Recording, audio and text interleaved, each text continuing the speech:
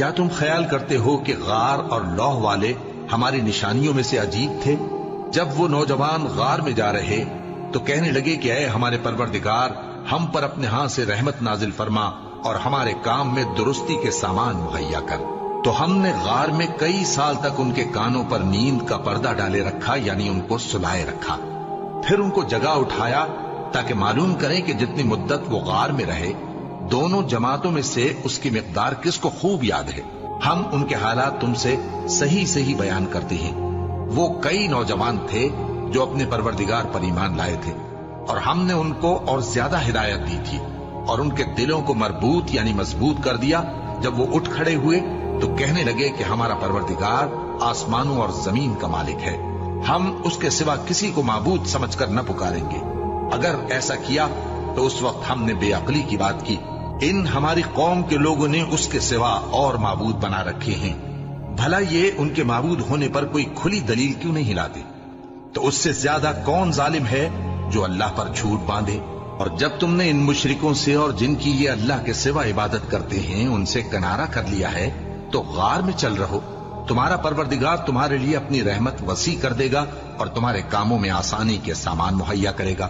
اور جب سورج نکلے تو تم دیکھو کہ دھوپ ان کے غار سے داہنی طرف سمٹ جائے، اور جب غروب ہو تو ان سے بائیں طرف کترا جائے، اور وہ اس غار کے کشادہ حصے میں تھے۔ یہ اللہ کی نشانیوں میں سے ہیں، جس کو اللہ ہدایت دے وہ ہدایت یاب ہے، اور جس کو گمراہ رہنے دے تو تم اس کے لیے کوئی دوست راہ بتانے والا نہ پاؤ گے۔ اور تم ان کے متعلق خیال کرو کہ وہ جاگ رہے ہیں حالانکہ وہ سوتے ہیں، اور ہم ان کو دائیں اور بائیں کروٹ بدلاتے تھے، اور ان کا کتا چوکھٹ پر دونوں ہاتھ پھیلائے ہوئے تھا۔ اگر تم ان کو جھانک کر دیکھتے تو پیٹ پھیر کر بھاگ جاتے اور ان سے دہشت میں آ جاتے۔ اور اسی طرح ہم نے ان کو اٹھایا تاکہ آپس میں ایک دوسرے سے دریافت کریں۔ ایک کہنے والے نے کہا کہ تم یہاں کتنی مدت رہے؟ انہوں نے کہا کہ 1 دن یا اس سے بھی کم۔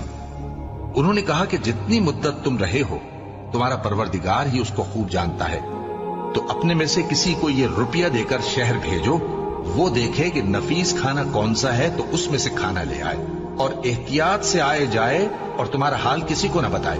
اگر وہ تم پر دسترس پا لیں گے تو تمہیں سنسار کر دیں گے یا پھر اپنے مذہب میں داخل کر لیں گے، اور اس وقت تم کبھی فلاح نہیں پاؤ گے۔ اور اسی طرح ہم نے لوگوں کو ان کے حال سے خبردار کر دیا تاکہ وہ جانیں کہ اللہ کا وعدہ سچا ہے، اور یہ کہ قیامت جس کا وعدہ کیا جاتا ہے اس میں کچھ شک نہیں۔ اس وقت لوگ ان کے بارے میں باہم جھگڑنے لگے اور کہنے لگے کہ ان کے غار پر عمارت بنا دو۔ ان کا پروردگار ان کے حال سے خوب واقف ہے۔